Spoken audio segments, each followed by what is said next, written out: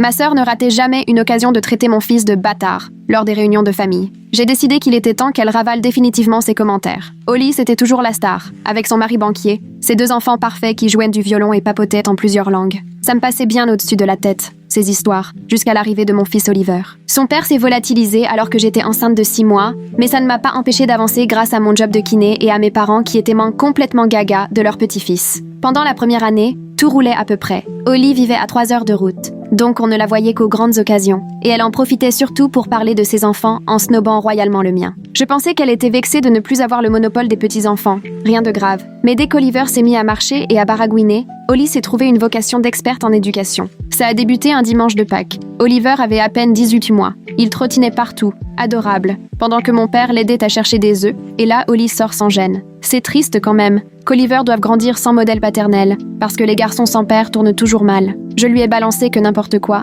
Des tas de mamans élevaient seules des enfants formidables. Elle s'en est sortie avec un haussement d'épaule et un « les statistiques, c'est les statistiques », en lançant à Oliver un regard qui voulait tout dire. L'année suivante, rebelote, elle ne parlait d'Oliver qu'en disant « ce pauvre enfant », et conseillait à ses propres enfants d'être gentils avec leurs cousins, vu que, lui, il n'a pas de papa, contrairement à vous. À l'entrée à la maternelle, elle m'a carrément demandé si je l'avais déjà inscrit chez le psy pour ses problèmes d'abandon. Oliver pétait la forme. Il avait 3 ans et elle le condamnait déjà. C'est là que le mot « bâtard » lui a échappé en douce, quand elle pensait que je n'écoutais pas. Elle chuchotait à son mari que c'était gênant d'avoir un neveu illégitime. À Thanksgiving, elle est allée jusqu'à prévenir ses enfants de ne pas trop s'attacher à Oliver, parce que, les gamins de famille brisés, ça finit souvent par déconner. Oliver, qui coloriait à côté, la regardait avec de grands yeux, complètement perdu. J'en bouillais, mais ma mère répétait qu'Holly ne pensait pas à mal et qu'il ne fallait pas faire d'histoire. Le point de rupture est arrivé lors de la réunion familiale de l'été dernier. Holly s'était descendu plusieurs verres de vin et montait en volume à chaque tournée. Oliver jouait avec ses cousins, il y a eu un incident, il a renversé la limonade de la fille d'Holly sans faire exprès. Holly l'a attrapé par le bras, l'a redressé net et a balancé « Voilà ce que ça donne, un enfant sans père qui n'a pas appris la politesse ». Oliver s'est effondré en larmes en me demandant ce que voulait dire « bâtard ». Devant 40 personnes, Holly venait de lui apprendre ce mot en le blessant profondément. Un silence de plomb est tombé, mais le clan s'est contenté de détourner le regard. Personne n'a moufté. C'est là que j'ai décidé de lui faire goûter à sa propre médecine, devant tout le monde. J'ai creusé un peu sur les réseaux et suis tombée sur des commentaires, un brin ambigu du fameux mari exemplaire, sur les photos de son assistante en bikini lors de ses vacances. Rien d'accusateur, mais assez louche pour mettre le doute. J'ai pris des captures d'écran, au cas où. Ensuite, une cousine m'a glissé que Holly avait perdu un client important à son boulot à cause d'une énorme boulette de sa part. Un fiasco de plusieurs millions qu'elle planquait à tout le monde en prétendant que tout allait bien. Arrive Noël, je passe à l'action. Holly démarre ses petites piques sur le fait qu'Oliver aurait besoin d'un homme pour modèle. Je la laisse faire son show et j'enchaîne l'air de rien que c'est formidable que son mari soutienne si activement la jeune génération féminine au travail, notamment cette charmante assistante à qui il semble accorder tant d'attention. D'un coup, Holly vire blanche comme un linge, son mari bafouille sur l'importance des relations professionnelles. Je poursuis en disant que c'est rafraîchissant de voir un homme aussi impliqué auprès de ses collègues féminines, surtout en commentant toutes leurs photos à la plage. Holly essaye de détourner la conversation, mais je me tourne vers ses enfants pour leur dire à quel point ils ont de la chance d'avoir des parents qui se font autant confiance. L'atmosphère devient électrique. Ma tante relance sur le boulot d'Holly, et là je souligne à quel point elle gère avec modestie ses petites crises en entreprise. Holly tente de m'interrompre, mais je salue son courage face à la perte d'un client majeur, et je demande même si des prospects sont en vue pour combler les millions partis en fumée. Son mari la fixe, anxieux. Quelle perte de clients! Holly est contrainte d'avouer devant tout le monde qu'elle joue la comédie depuis des mois pour cacher une erreur catastrophique. Le mythe de la famille parfaite s'effondre en direct. Mais je ne m'arrête pas là. Je félicite ses enfants de la force de caractère de leur mère pour encaisser tout ça. Sa fille l'aînée, complètement perdue, lui demande ce qui se passe avec ses clients. Holly rougit à vue d'œil en tentant de noyer le poisson, mais mon oncle insiste pour avoir des détails sur le boulot.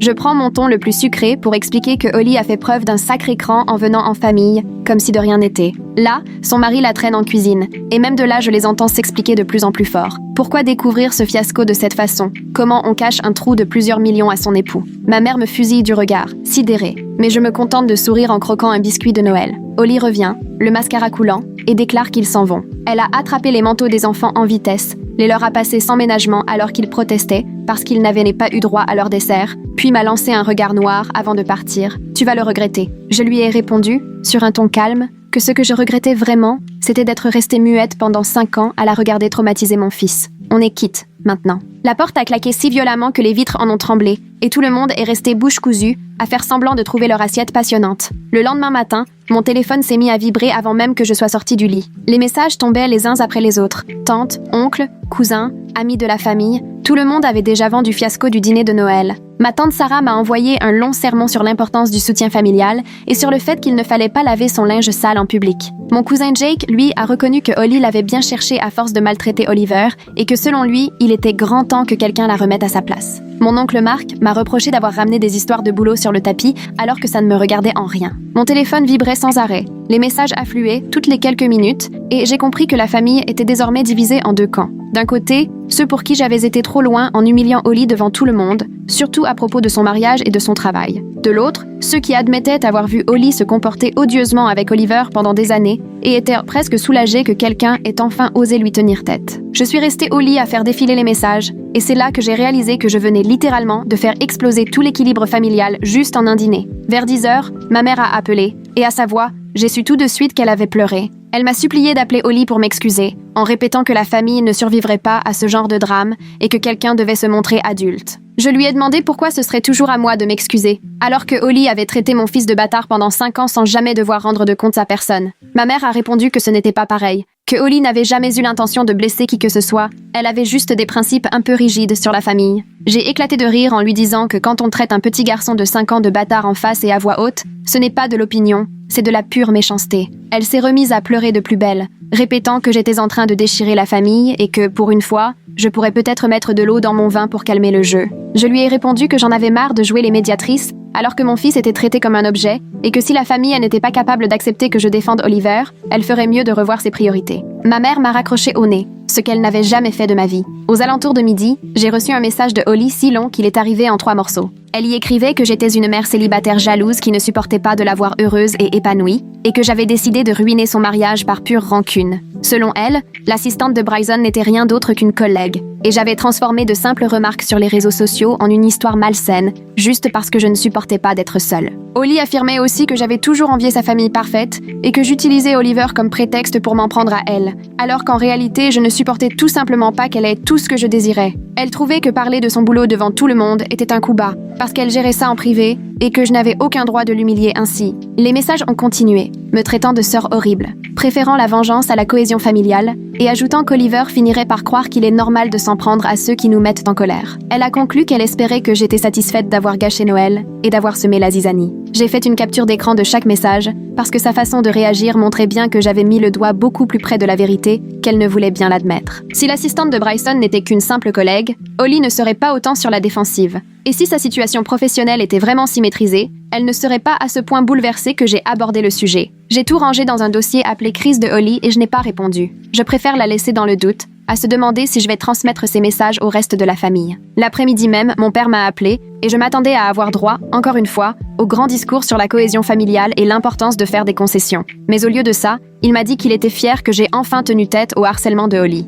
J'ai failli lâcher mon téléphone tellement j'étais surprise, car mon père ne prend jamais parti dans les disputes, il joue toujours les diplomates. Il m'a confié que lui et maman, ils avaient entendu Holly faire des réflexions blessantes sur Oliver depuis des années, sans savoir comment réagir sans créer encore plus de tension. Il m'a dit qu'il s'était persuadé que Holly n'était pas vraiment méchante, et que soulever le sujet ne ferait qu'empirer les choses. Mais voir Holly attraper le bras d'Oliver lors de la réunion de famille et l'appeler encore une fois bâtard alors qu'il pleurait a été le déclic. Il s'est rendu compte que leur silence permettait à Holly de continuer. Il a reconnu qu'il aurait dû intervenir dès la toute première remarque sur l'absence de père d'Oliver, mais qu'il avait choisi la facilité en balayant le problème sous le tapis. Papa m'a expliqué qu'il avait parlé avec maman la veille, après mon coup de fil, et lui avait dit qu'il était temps d'arrêter de couvrir Holly simplement sous prétexte qu'elle était aussi leur fille. Il savait que maman était bouleversée par tout ce remue-ménage, mais il n'avait pas l'intention de me demander de m'excuser tant que Holly, elle, ne s'était jamais excusée pour des années de méchanceté. J'ai fondu en larmes au téléphone, parce que sentir enfin le soutien de mon père, ça comptait tellement pour moi. Et jusque-là, j'étais persuadée que toute la famille allait se liguer contre moi. Il m'a dit « Oliver a bien de la chance d'avoir une maman prête à prendre sa défense. Et Holly devrait comprendre qu'on finit toujours par payer les mots blessants qu'on prononce. » On a passé près d'1 heure à discuter de la manière dont, dans notre famille, On préfère habituellement balayer les tensions sous le tapis plutôt que de les affronter, et que ce choc avait peut-être fini par devenir inévitable, même si c'était douloureux à traverser. 2 semaines plus tard, alors que je lisais sur le canapé, Oliver est venu s'installer contre moi, tout silencieux, et il m'a demandé pourquoi tante Holly était méchante avec lui. J'ai senti une boule se former dans mon ventre. J'avais naïvement cru qu'il ne poserait jamais la question, mais j'aurais dû m'en douter. Il a ensuite voulu savoir si c'était à cause du départ de son papa, puisque tante Holly ne cessait de le répéter. Là, j'ai eu le cœur en miettes en cherchant comment expliquer la cruauté des adultes à un petit garçon de 5 ans. Je lui ai dit, parfois, les gens qui ne vont pas bien avec eux-mêmes disent dans des choses qui font du mal, et ce n'est jamais la faute de celui qui les reçoit. Puis j'ai ajouté, tante Holly a ses propres soucis qui la rendent malheureuse, et elle veut parfois faire porter ce malheur aux autres, mais tu n'as rien à te reprocher. Oliver a eu l'air de comprendre et m'a demandé si tante Holly serait gentille maintenant. Je lui ai répondu, je ne peux pas te le promettre, mais ce que je peux t'assurer, c'est que je ferai toujours tout ce que je peux pour te protéger des personnes qui sont méchantes, même quand elles font partie de la famille. Il m'a serré dans ses bras et il est retourné s'amuser avec ses camions. J'ai pensé que l'histoire s'arrêtait là, mais dans les jours qui ont suivi, j'ai remarqué qu'Oliver se refermait dès qu'on évoquait un rassemblement familial ou ses cousins. Il ne parlait plus de ses envies de jouer avec les enfants de Holly, et quand ma mère appelait, il ne voulait plus prendre le téléphone comme avant. J'ai compris à quel point la dispute de Noël l'avait marqué, bien plus que je ne l'imaginais, et qu'il devenait désormais méfiant à chaque fois qu'il était question de la famille. Une part de moi se disait que j'avais eu raison de tenir tête à Holly, mais une autre détestait voir Oliver traîner ce poids et modifier son comportement à cause de tout ça. La première semaine de janvier, j'ai croisé notre cousine au supermarché. Elle m'a entraînée à l'écart, près des pommes, pour m'annoncer que Bryson était parti de chez Holly juste après le Nouvel An. Elle tenait l'info d'un voisin qui avait vu Bryson charger des cartons dans sa voiture le 2 janvier. Apparemment, Holly l'avait confronté au sujet des messages avec son assistante sur les réseaux sociaux, dès le lendemain de Noël, et il avait fini par avouer avoir eu ce qu'il appelait une relation émotionnelle avec elle. Il jurait que rien de physique ne s'était passé, mais il envoyait sans cesse des messages à l'assistante, et l'avait déjà invité plusieurs fois à déjeuner sans rien dire à Holly. Holly avait exigé qu'il coupe tout contact, mais Bryson affirmait avoir de vrais sentiments pour cette femme et qu'il avait besoin de prendre du recul pour réfléchir. Il s'est donc installé à l'hôtel, puis il a trouvé un appartement près de son bureau. Notre cousine racontait qu'Holly était complètement démoralisée, qu'elle pleurait sur toutes les épaules possibles à propos de la fin de son mariage. D'un côté, j'avais la satisfaction de savoir que mes doutes au sujet de l'assistante de Bryson étaient infondés, contrairement à ce que Holly laissait entendre, mais de l'autre, je me rendais compte que je venais d'exposer au grand jour, devant toute la famille, l'échec du mariage de ma sœur. Certes, les problèmes existaient déjà, mais j'avais forcé tout le monde à ouvrir les yeux de la manière la plus brutale et la plus humiliante qui soit. Je me suis retrouvée là, devant les pommes, à me demander si je n'étais pas allée trop loin. Mais je me suis souvenue d'Oliver, en larmes à Noël, me demandant ce qu'était un salaud, et la culpabilité s'est rapidement dissipée. Le lundi matin, au travail, ma collègue Michelle est entrée dans mon cabinet entre 2 rendez-vous et m'a dit qu'elle avait vu en ligne une offre d'emploi pour un poste d'analyste financier qui ressemblait exactement à celui d'Holly. Elle trouvait ça louche, sachant que Holly s'était vantée à Thanksgiving du poste à responsabilité qui l'attendait. J'ai vérifié sur LinkedIn pendant ma pause déjeuner et en effet, j'ai retrouvé l'annonce. C'était précisément le poste de Holly dans sa boîte, ce qui signifiait qu'il cherchait à la remplacer. En poursuivant mes recherches sur LinkedIn et dans les actualités de l'entreprise, j'ai fini par découvrir que Holly n'avait pas simplement perdu un client, contrairement à ce que j'avais cru à Noël, mais qu'elle avait en réalité été contrainte à la démission. Son erreur avait été de donner un conseil désastreux qui non seulement avait fait perdre de l'argent au client, mais exposait aussi son employeur à un gros risque juridique. La direction lui avait laissé le choix entre partir discrètement ou se faire licencier sur la place publique, et Holly avait préféré sauver la face en démissionnant. Personne dans la famille n'était au courant de la gravité de la situation, pas même Bryson, à ce qu'il semblait. J'avais d'ailleurs sous la main des captures d'écran d'échanges internes de l'entreprise, que notre cousine m'avait envoyées des mois plus tôt, et qui prouvaient à quel point l'erreur d'Holly était plus grave que ce que tout le monde croyait. Je me suis retrouvée à mon bureau, les yeux rivés à l'écran de mon téléphone, partagée entre la tentation de balancer tout ça à la famille, à ceux qui pensaient que j'exagérais toujours quand il s'agissait des soucis professionnels d'Holly, et l'impression très vive de franchir une ligne. J'aurais pu ruiner ce qu'il restait de sa réputation en balançant la vérité. Mais au moment de cliquer sur envoyer, quelque chose m'a retenue, et j'ai juste rangé les captures d'écran dans le dossier, avec tous les autres messages dans lesquels Holly tentait de se justifier. Le mardi après-midi, on a frappé à ma porte, et quand j'ai ouvert, j'ai découvert Bryson, hors de lui. Il voulait absolument savoir pour quelle raison j'avais choisi de briser leur famille au dîner de Noël. Je l'ai invité à entrer pour éviter que tout le voisinage ne profite du spectacle. Bryson a traversé mon salon comme une furie, haussant la voix, m'accusant d'avoir transformé sa relation avec son assistante en scandale public. Il a fini par admettre que la situation avec son assistante n'était effectivement pas claire, mais il insistait sur le fait que lui et Holly tentèrent de gérer ça discrètement, avant que je ne décide d'exposer tout ça devant tout le monde à Noël. À présent, Holly racontait partout que son mari la trompait, ses enfants lui demandaient pourquoi leur père ne vivait plus à la maison, et ses parents prenaient le téléphone pour lui dire à quel point il était une déception. Je l'ai laissé se confier, puis je lui ai demandé depuis quand il comptait quitter Holly pour l'assistante.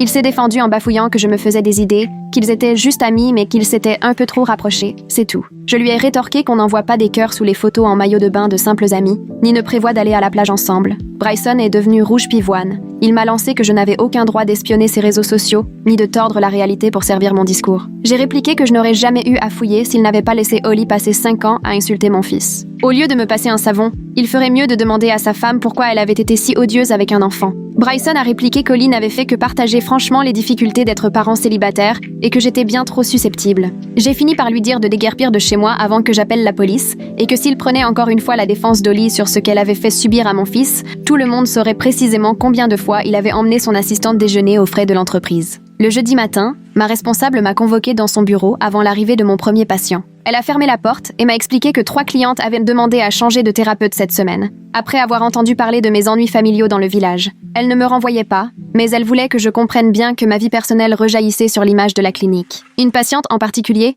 avait précisé qu'après avoir entendu comment j'avais publiquement humilié ma sœur à Noël, elle ne souhaitait plus faire de séance avec quelqu'un qui gérait les conflits de cette manière. Ma patronne m'a dit qu'il valait mieux garder mes histoires familiales pour moi, car la clinique ne pouvait pas se permettre de perdre des clients à cause des histoires des employés. J'écoutais, rouge de honte et de colère, mes oreilles bourdonnaient. Je supportais les conséquences professionnelles d'avoir défendu mon fils contre quelqu'un qui l'avait maltraité pendant des années. Ma responsable parlait toujours de limites professionnelles et de réputation locale. Mais tout ce à quoi je pensais, c'était l'injustice de devoir payer pour tout ça seul. Holly avait été exécrable avec un enfant durant 5 ans et personne ne trouvait rien à redire. Mais il suffisait que je brise le silence une fois pour être clouée au pilori. À la sortie du bureau, je me suis enfermée aux toilettes pour pleurer avant de recevoir mon premier patient. J'ai compris ce jour-là que la vengeance pouvait coûter bien plus qu'on ne l'imagine et que protéger Oliver aurait des conséquences bien au-delà de ma relation avec Holly. L'après-midi, pendant ma pause déjeuner, la maîtresse d'Oliver, Harper, m'a appelée. Elle m'a expliqué qu'Oliver ne se comportait plus du tout comme d'habitude en classe depuis une semaine. Il poussait les autres à la récré,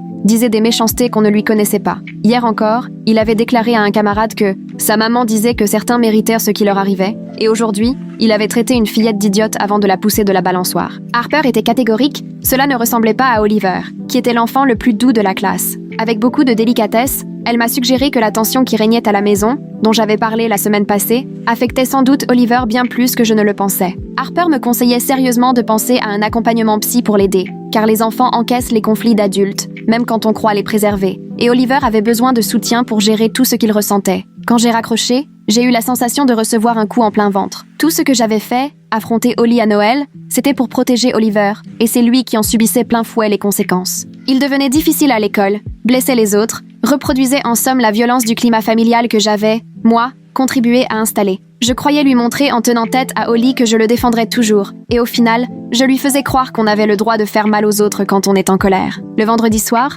alors que je faisais défiler mon fil Facebook, je suis tombée sur un message énigmatique de Zoé, la fille de Holly, à propos des faux amis et des vraies couleurs qui finissent par se révéler. Sur son profil, je voyais défiler toute la semaine des citations tristes sur la trahison et la solitude. Puis, sur le compte de Blakely, j'ai découvert une publication de Holly disant qu'il cherchait un nouveau prof de violon, l'ancienne ne souhaitant plus donner cours. J'ai contacté notre cousine pour comprendre ce qui se passait avec les filles de Holly. Elle m'a expliqué que les autres parents de l'école privée avaient eu vent du scandale de Noël par le bouche à oreille. Et du coup, certaines familles avaient cessé d'inviter Zoé et Blakely aux anniversaires et autres invitations. Visiblement, les parents de l'école étaient très soudés, et la rumeur courait que le mari de Holly était parti avec son assistante et qu'elle avait en plus perdu son boulot. Certes, certains estimaient qu'ils ne voulaient plus que leurs enfants fréquentent ce genre de famille. La professeure de violon de Blakely avait choisi de ne plus donner cours parce qu'elle était amie avec une maman du groupe qui avait décidé de prendre ses distances. Franchement, le cœur serré, j'ai réalisé que 2 enfants innocentes payaient le prix de disputes entre adultes, alors qu'elles n'avaient rien demandé à personne,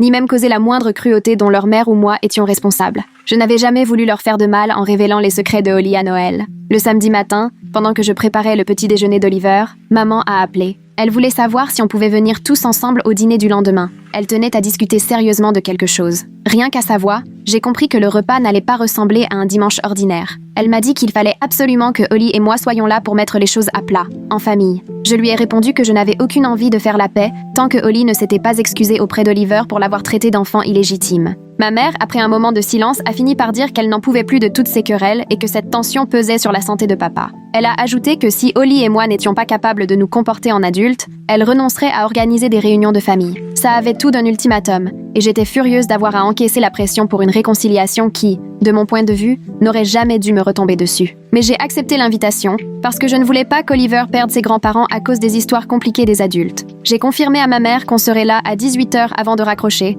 en ayant l'impression de foncer tout droit dans un piège. Mardi après-midi, je me suis arrêtée dans le café près du cabinet pour grignoter entre deux rendez-vous. J'attendais ma commande quand j'ai entendu deux femmes derrière moi discuter. L'une d'elles a lâché le prénom de Holly et sur le coup, je me suis figée. Elle racontait que Holly voyait un psy à cause d'une grosse crise d'angoisse et d'une dépression qui ne la lâchait plus. Elle expliquait à son amie que Holly avait complètement craqué au club de lecture la semaine précédente, disant tout ce qu'elle avait perdu. Selon elle, Holly aurait pleuré une vingtaine de minutes, rien qu'en évoquant la ruine de son mariage et l'effondrement de sa carrière. Je suis restée plantée là, le café à la main, traversée par une émotion inattendue. Pendant des années, j'avais vu en Holly la sœur parfaite, celle à qui tout réussissait et qui, par sa réussite, me rabaissait sans arrêt. Mais entendre cette inconnue raconter à quel point Holly s'était écroulée m'a percutée. Elle devait aller mal depuis longtemps. Peut-être que, incapable d'affronter ce malaise, elle s'en était prise à Oliver et à moi, tout simplement faute de mieux. En sortant du café, j'ai commencé à me demander si ma quête de revanche en valait vraiment la chandelle. Jeudi matin, alors que j'étais en train de plier le linge, la cousine m'a appelée pour me parler de la situation de Holly. Depuis qu'elle avait été forcée de démissionner, elle avait perdu des parts assez précieuses, plus de 200 000 $ partis en fumée. Avec le départ de Bryson, Holly risquait de devoir vendre sa maison, incapable d'assumer le crédit à elle seule. La cousine m'a raconté que plusieurs membres de la famille prêtèrent de l'argent à Holly pour l'aider à s'en sortir, même si ça mettait à mal leurs propres économies. Ma tante avait déjà lâché 5 000 €, mon oncle avait réglé 2 mois de scolarité pour les filles. C'est à ce moment-là que j'ai pris conscience que la bombe lâchée à Noël avait eu des conséquences bien plus larges que je ne l'imaginais, touchant des gens qui n'avaient rien à voir avec le problème de départ. La famille puisait dans ses réserves pour sortir Holly de la tempête née à cause de mes révélations. J'ai raccroché et soudain, je me suis retrouvée assise au milieu du linge propre, à me demander comment la volonté de protéger Oliver avait pu mettre la moitié de la famille dans la galère. Vendredi après-midi, j'ai récupéré Oliver à la maternelle et il est resté muet tout le long du trajet. Je lui ai demandé ce qui s'était passé et il m'a confié qu'un camarade lui avait raconté quelque chose à la récré. Il voulait savoir si c'était moi qui avais causé la séparation de la famille de Holly parce qu'elle avait été méchante avec lui. Ma respiration s'est coupée d'un coup et j'ai garé la voiture pour me tourner vers lui. Il m'a expliqué que ce petit lui avait dit que j'avais tout gâché à Noël, que les cousines étaient tristes maintenant. Oliver avait les yeux embués de larmes en me demandant si tout ça était de sa faute. J'ai défait ma ceinture et je l'ai pris dans mes bras à l'arrière pour le rassurer. Je lui ai dit que ce n'était pas à cause de lui. Parfois, les adultes, en voulant protéger leurs proches, commettent des erreurs. Il m'a demandé si, moi, j'avais fait une erreur et j'ai hésité. Je lui ai expliqué que j'avais voulu le défendre, mais en m'y prenant d'une façon qui, peut-être, avait fait plus de mal que nécessaire. Oliver se retrouvait à porter un poids que jamais un enfant n'aurait dû connaître, et je ne savais pas comment lui faire comprendre que le monde ne tourne pas autour des gentils d'un côté et des méchants de l'autre. Samedi soir, avant d'aller me coucher, j'ai parcouru mes mails et j'ai vu un message de Holly, intitulé « Nous devons parler ». J'ai failli le supprimer sur le champ, mais, poussée par la curiosité, je l'ai ouvert. Holly écrivait qu'elle souhaitait s'excuser auprès d'Oliver, mais qu'elle voulait aussi mettre des limites sur ce qui pouvait être dit devant la famille. Elle reconnaissait avoir été cruelle avec moi parce que mon statut de mère célibataire renvoyait à ses propres insécurités sur son mariage. Elle avouait que me voir épanouie en solo, alors qu'elle souffrait dans son couple parfait, avait réveillé chez elle une jalousie amère. Mais dans la foulée, Holly me reprochait d'avoir détruit sa vie devant toute la famille pendant le repas de Noël. Tu aurais pu me parler en privé de la façon dont j'ai parlé à Oliver, pas t'étaler devant 40 personnes sur mes histoires de couple et mes échecs au boulot. Son mail était brut, honnête, d'une sincérité que je ne lui connaissais pas. Elle ne chercha pas à s'excuser pour ce qu'elle avait dit à Oliver, ni à prétendre que ce que j'avais fait était normal. J'ai relu son message 3 fois, cherchant à déceler s'il y avait de la manipulation ou si, pour une fois, elle se montrait vraiment vulnérable. La semaine suivante, Michelle m'a attrapée au travail lors de la pause déjeuner. Elle trouvait que je tournais en rond avec cette histoire d'Holly, que ça devenait obsédant. Elle a remarqué que je passais toutes mes pauses sur les réseaux sociaux à guetter la moindre nouvelle à propos de Holly et que j'avais l'air encore plus remontée que juste après Noël. Elle m'a demandé franchement si ça allait et j'ai eu une réaction un peu sèche. Michelle a insisté, disant que ce n'était pas le cas et que ma colère commençait vraiment à se ressentir dans ma façon de traiter les patients. Elle a précisé que ce matin-là, j'avais été brusque avec un client simplement pour un rendez-vous à déplacer. Je lui ai rétorqué de s'occuper de ses affaires et je suis partie. Plus tard dans la journée, mon père a appelé mais je n'ai pas décroché. Il m'appelait d'ailleurs de moins en moins, sûrement tiraillé entre sa volonté de me soutenir et celle d'aider Holly en pleine galère. J'ai fini par écouter son message. Il avait la voix lasse. On sentait qu'il était au bout du rouleau. Il disait qu'il m'aimait, mais qu'il n'arrivait plus à choisir un camp dans cette guerre familiale. C'est là que j'ai compris que j'avais fini par isoler tout le monde, à force de leur demander de se positionner entre Holly et moi. Mon entourage se délavait sous la pression, écrasé par le conflit. Mercredi soir, en faisant défiler Facebook machinalement, j'ai vu que Bryson avait changé son statut de relation. Il s'affichait désormais en couple avec une certaine Jessica Smith. En consultant son profil, je l'ai tout de suite reconnue grâce aux photos en maillot de bain que j'avais repérées l'automne dernier. Elle était assistante sur les publications desquelles Bryson commentait régulièrement. J'ai parcouru leurs photos ensemble et je me suis aperçue qu'ils n'avaient en plus rien à cacher depuis au moins un mois. Les pires soupçons de Holly étaient donc justifiés. Bryson l'avait bel et bien quittée pour celle qu'elle suspectait. Je suis restée figée devant ces images de Bryson et de l'assistante,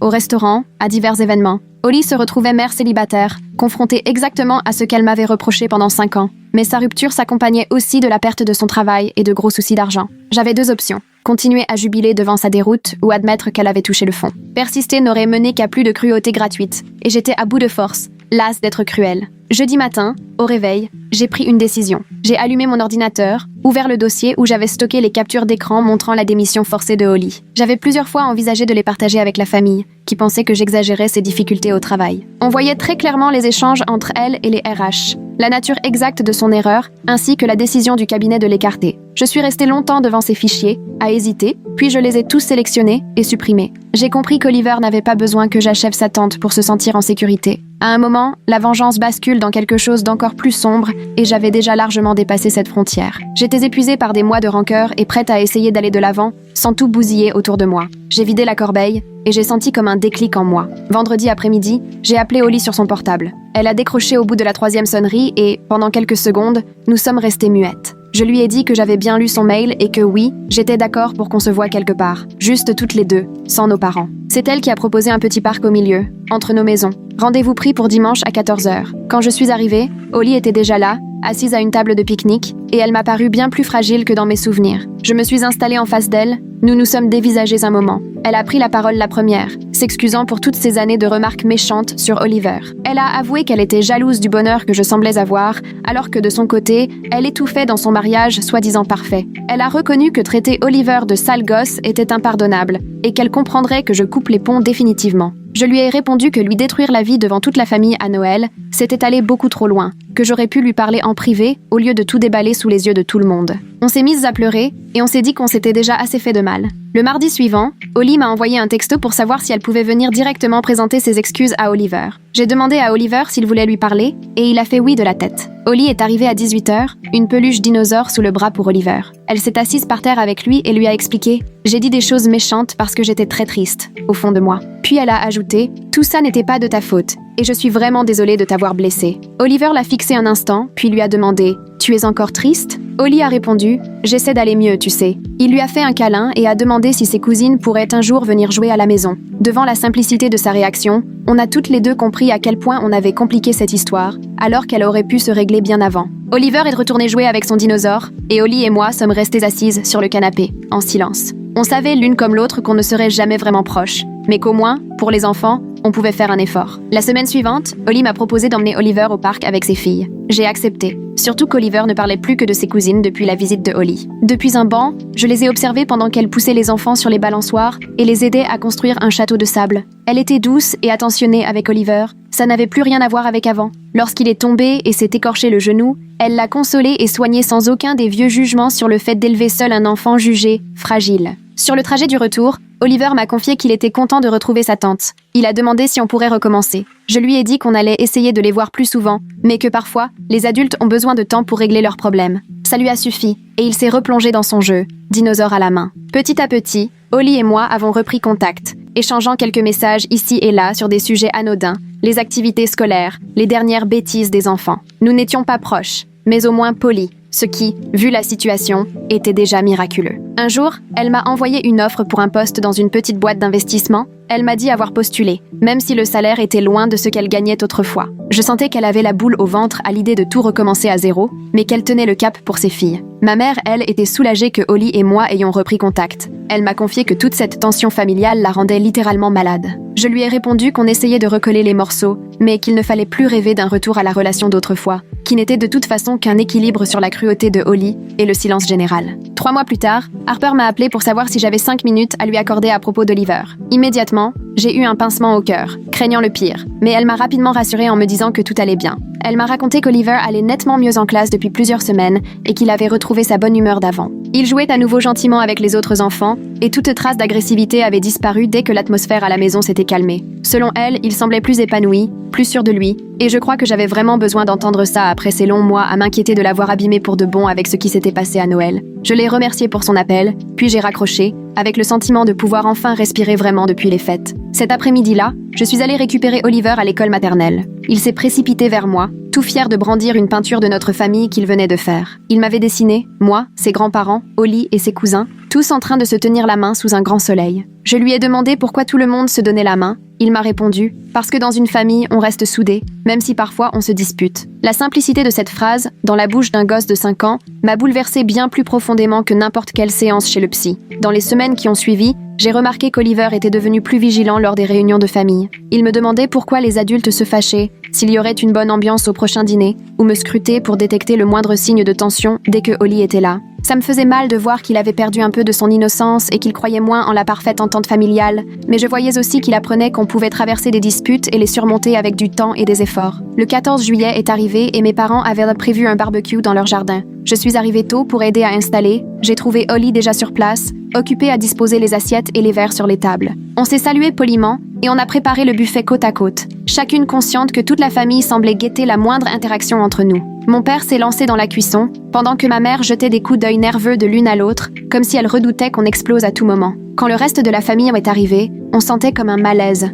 Personne ne savait s'il fallait faire comme si de rien n'était, ou oser évoquer Noël. Mon oncle a tenté de détendre l'atmosphère avec une blague bancale sur la paix familiale, ce qui a provoqué quelques rires gênés. Les filles de Oli ont filé retrouver Oliver dans le jardin, loin des petites tensions des adultes. J'ai observé Oli qui surveillait ses filles, et j'ai vu qu'elle se détendait un peu en les voyant s'amuser avec Oliver. Près du buffet, elle m'a demandé comment ça se passait au travail. Je lui ai parlé d'un nouveau patient, et pour une fois, elle a vraiment écouté, sans chercher à se mettre en avant. Elle m'a appris qu'elle venait de décrocher un poste dans un cabinet plus petit et commencer la semaine suivante. Son regard trahissait autant de soulagement que d'appréhension face à cette nouvelle étape comme maman solo. Tout l'après-midi, nous sommes restés à distance, échangeant juste le strict minimum, évitant de simuler une proximité qu'aucune de nous ne désirait vraiment. Certains proches guettaient chacune de nos réactions. D'autres faisaient en sorte de ne pas nous mettre l'une à côté de l'autre, et il régnait une tension qui contrastait violemment avec la fausse harmonie habituelle. Ma mère s'est un peu détendue à mesure que tout se passait sans drame, même si elle se raidissait au moindre échange entre Oli et moi. Quand le feu d'artifice a commencé, j'ai compris que notre famille avait changé pour de bon. C'était devenu plus vrai, même si c'était moins confortable. Et c'était sans doute plus sain ainsi, même si ce n'était pas facile à accepter. Tandis qu'Oliver jouait avec ses cousins sous les lumières du feu d'artifice, dans le jardin de mes parents, je repensais à tout ce qui nous avait remué jusqu'à cette drôle de normalité qu'il allait falloir apprivoiser. Protéger Oliver contre la méchanceté de Oli avait été la seule chose à faire, mais mettre ses actes au grand jour à Noël avait eu bien plus d'effets secondaires que je ne l'avais imaginé. Des mois plus tard, je les ressentais encore. Oli avait compris que blesser un enfant ne restait pas sans conséquences, que ça dépassait largement quelques paroles de trop. De mon côté, j'avais saisi que la vengeance, même grisante sur le moment, sème derrière elle un bazar parfois difficile à remettre d'aplomb. D'ailleurs, plus personne dans la famille ne pourrait désormais ignorer les réflexions cinglantes de Oli ou feindre de croire à ses exploits inventés. C'était sans doute préférable à l'espèce de paix de façade qui lui avait permis de s'en tirer aussi longtemps. Aujourd'hui, au moins, Oliver savait qu'il serait toujours protégé, quoi qu'il arrive, et ça valait toutes les turbulences du monde, même si je n'aurais jamais cru que l'on traverserait autant d'épreuves pour y parvenir. Il a levé les yeux vers les fusées qui éclatèrent dans le ciel avec un grand sourire, entouré de ses cousins, et j'ai su, à cet instant précis, que nous allions tous nous en sortir, même si notre famille ne serait plus jamais vraiment comme avant.